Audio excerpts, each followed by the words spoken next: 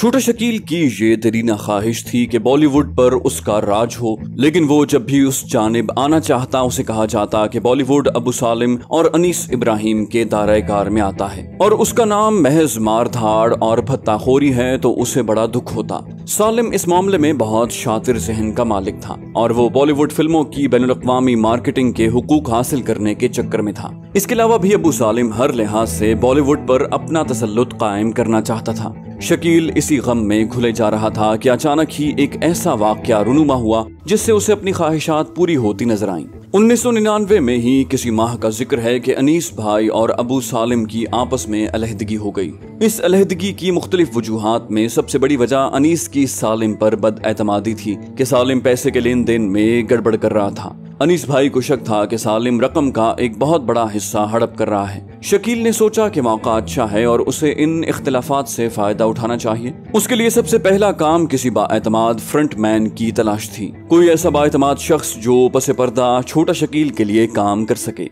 बिलाखिर नजीम रिजवी की सूरत में इंतहाई मंचा हुआ शख्स इस काम के लिए उसके हाथ आ गया। नजीम का काम यह था कि बड़े बड़े नामों यानी शोहरत याफ्ता लोगों से राब्ता करके उन्हें शकील की हिदायत के मुताबिक फिल्में बनाने पर तैयार करें। इसके अलावा रिजवी ने उन्हें इस बात पर भी राजी करना था कि फिल्म की तैयारी शकील की बनाई हुई तारीखों पर की जाएगी। बॉलीवुड की दुनिया में तारीख लेना एक मानी खेज इस्तिलाह थी। रिजवी ने फौरन ही इस मंसूबे पर काम शुरू कर दिया। उसने डायरेक्टर के तौर पर अब्बास और मस्तान बर्मावाला को मुलाजिमत पर रखकर अब्बास मस्तान कंपनी का आगाज किया। छोटा शकील की पहली फिल्म से मुताल्लिक अपनी कुछ तवक्कुआत थीं। वो चाहता था कि कोई मशहूर अदाकार उसकी फिल्म में जलवागर हो। छोटा शकील को अंदाजा था कि मशहूर फिल्मी नाम और मेयारी हिदायतकारी फिल्म की कामयाबी के लिए नागुज़ीर है। छोटा शकील की अव्वलीन तरजीहात में शाहरुख खान या सलमान खान शामिल थे।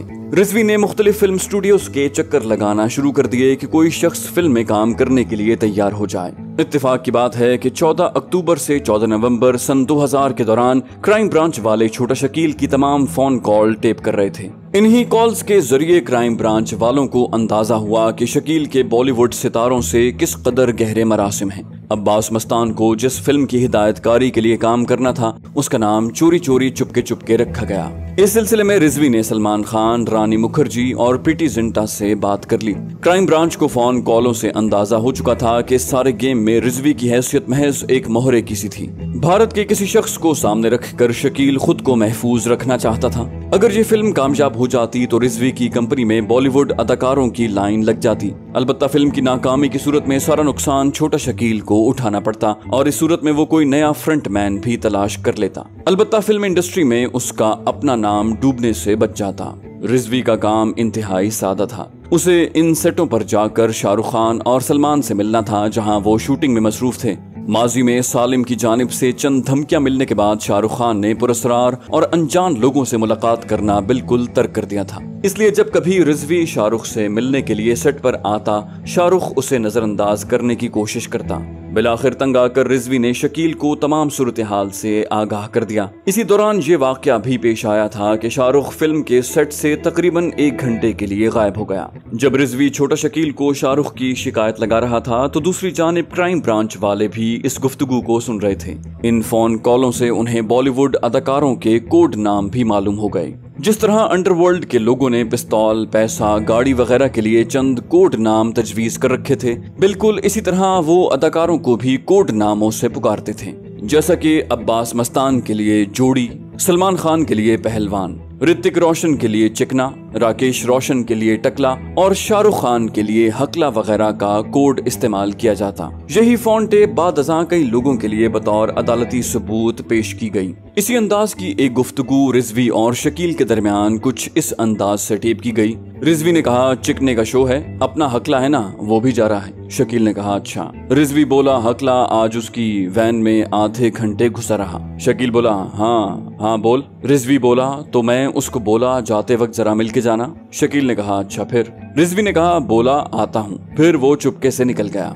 रिजवी की ज़बानी शाहरुख खान के रवैये का सुनकर शकील ने कहा कि अच्छा मैं शाहरुख से निपटता हूँ। इसी तरह रिजवी सलमान खान के पास भी जाता रहा और उससे कहता कि जरा शकील भाई से बात कर लो, लेकिन सलमान खान ने कभी भी उसे संजीदगी से न लिया और उसे डांट दिया। कई मर्तबा रिजवी को मुहाफिजों से पिटवा कर दरवाजे से बाहर भी फेंकवाया गया। रिजवी की नालायकी से तंग आकर शकील ने एक दिन अंजुम फजलानी को भेजा कि जरा मामलात को देख ले। अंजुम के पास मोबाइल के सिवा और कुछ न था। अंजुम बड़े ही एतमाद के साथ चलता हुआ सलमान खान के पास गया और मोबाइल फोन उसके हाथ में थमा दिया और उसे कहा, शकील भाई लाइन पर है, तुमसे बात करेगा। सलमान ने फोन हाथ में लिया और एक कोने में चला गया। सलमान शकील के मुतालिबात मानने से इनकार नहीं कर पा रहा था। सलमान को फिल्म में काम करने के लिए मजबूर किया जा रहा था और बिलाखिर वो किसी हद तक राजी हो गया। शकील 15 करोड़ तक की सरमायाकारी करने को तैयार था और सुरानी ब्रदर्स जैसे कारोबारी लोग भी इस सिलसिले में सरमायाकारी करने को तैयार थे। फिल्म के बारे में इब्तिदाई बातचीत कर लेने के बाद अब रिजवी और शकील फिल्म की मार्केटिंग के बारे में बातचीत कर रहे थे कि किस टीवी चैनल का इंतखाब किया जाए, तकरीब कहां और कैसे हो। रिजवी ने शकील को बताया कि उसके अंदाजे के मुताबिक उन्हें फिल्म से 6 करोड़ तक का मुनाफा मुतवक्के था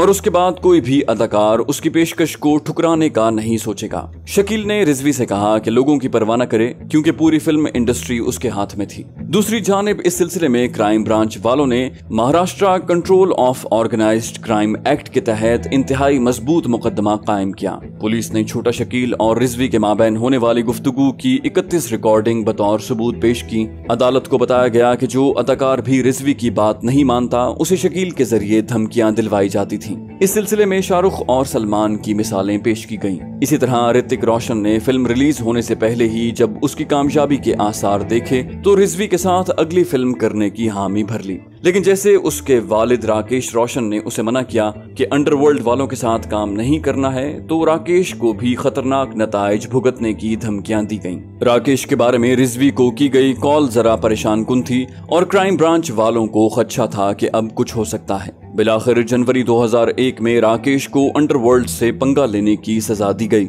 दरअसल शकील चाहता था कि सिर्फ राकेश की गाड़ी पर फायरिंग की जाए ताकि फिल्म इंडस्ट्री के बाकी लोग भी डर जाएं। लेकिन बदकिस्मती से गोली राकेश के बाजू में जा लगी। शदीद जख्मी होने के बावजूद राकेश खुद गाड़ी चलाकर अस्पताल पहुंचा। इस वाक़े से एक मर्तबा फिर बॉलीवुड में खौफ की लहर दौड़ गई। एक और गुफ्तगू के दौरान क्राइम ब्रांच वालों ने छोटा शकील की जानिब से अजय देवगन को ये पैगाम देते सुना कि वो अपनी फिल्म राजू चाचा की तारीख आगे पीछे कर ले ताकि उनकी फिल्म चोरी चोरी चुपके चुपके में खलल वाक़ न हो। इस सिलसिले में पसोपेश से काम लेने की वजह से अजय की सेक्रेटरी को धमकियां भी दी गई थी। एक और कॉल के दौरान शकील ने रिजवी से कहा कि अगर शाहरुख अकड़ी दिखाता रहे तो उसकी कार पर फायरिंग करवा देना। आधे घंटे में ही फोन करके खुद ही बोलेगा कि काम करने के लिए राजी हैं। इन कॉलों के बाद क्राइम ब्रांच वालों ने फैसला किया कि अब मजीद इंतजार करना खतरनाक साबित हो सकता है। लिहाजा 13 नवंबर को रिजवी को ऑर्गेनाइज्ड क्राइम एक्ट के तहत गिरफ्तार कर लिया गया। पहली मर्तबा किसी पुलिस कमिश्नर महेश नारायण सिंह ने क्राइम ब्रांच वालों को सख्त हिदायत दी कि अंडरवर्ल्ड से ताल्लुक रखने वाले बॉलीवुड अदाकारों से सख्ती से तफ्तीश की जाए,